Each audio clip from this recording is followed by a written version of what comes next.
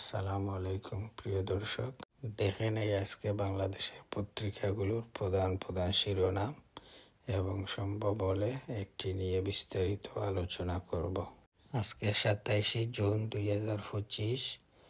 শুরুতেই আছে আমার কাছে যায় যায় দিন আজকে শিরোনাম করেছে, দীর্ঘদিন পর রিজার্ভ $30 মিলিয়ন ছাড়ালো।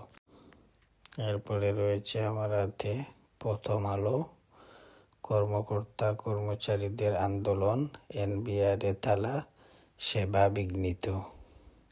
দৈনিক কালবেলা, রিজার্ভ $30 মিলিয়ন ছাড়ালো। দৈনিক ইনকিলাব, ইরান ইসরায়েল সংঘাত, যুদ্ধবিরতির পর প্রথম ভাষণে বিজয় দাবি খামেনির। দৈনিক জনকণ্ঠ, শেখ হাসিনার দেশত্যাগের সংবাদ দিয়ে আন্তর্জাতিক পুরস্কার পেলেন শফিকুল আলম। বাংলাদেশ প্রতিদিন, ঐকমত্য কমিশনের সঙ্গে রাজনৈতিক দলগুলোর ক্ষোভ। দৈনিক প্রথম আলো, কাঠগড়ায় কাজী হাবিবুল আউয়ালের 1 ঘণ্টা। 2024 সালের আমিডামি নির্বাচনের কারিগর সাবেক সিইসি কাজী হাবিবুল আউয়াল আজকে আদালতে খুবই গুরুত্বপূর্ণ তথ্য দিয়েছেন। প্রসিকিউশনের জেরার মুখে তিনি একসময় বলতে বাধ্য হন, সংস্কার না হলে বাংলাদেশে 1000 বছর হলেও কোনো সুষ্ঠু নির্বাচন হওয়া সম্ভব নয়। তিনি বলেন যে বাংলাদেশের প্রথম নির্বাচন, যেটি শেখ মুজিবের সময়ে 1973 সালে অনুষ্ঠিত হয়, সেটিও ছিল কারচুপিপূর্ণ। আর মনে হচ্ছে তিনি নিজেকে ডিফেন্ড করার জন্য আওয়ামী লীগ সরকারের সমালোচনায় এখন মশগুল হয়েছেন। এই ভদ্রলোক সুনামের সঙ্গে তার কর্মজীবন শুরু করেন, কিন্তু লোভ লালসা তাকে আজ কোথায় নিয়ে গেছে।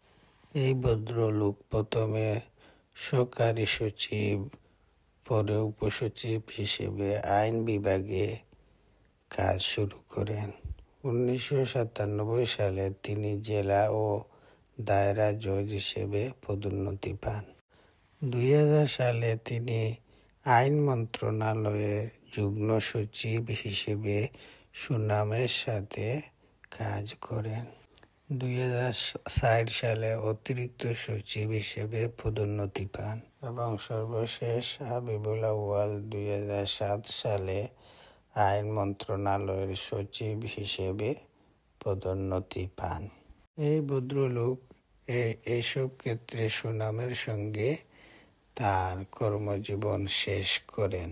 কর্মজীবনে তিনি অনেক টাকা সম্পদের মালিক হয়েছেন, কিন্তু তার এই টাকা পয়সার লোভ শেষ হয়নি। তিনি আরো বেশি সম্পদ অর্জনের লক্ষ্যে তিনি সাবেক প্রধানমন্ত্রী শেখ হাসিনার ফাঁদে পড়ে আমিডামি নির্বাচন আয়োজন করে আজকে তার জীবন অতিষ্ঠ এবং বলতে গেলে তার জীবন আজ সংকটের মধ্যে পড়ে গেছে। এখান থেকে তিনি কিভাবে বের হবেন কেউ বলতে পারবে না। তার ভবিষ্যৎ বাকি জীবন জেলে কাটবে নাকি জামিনে মুক্তি পাবেন তা এখনই বলা যাচ্ছে না। দেখা যাক তার কপালে কি আছে।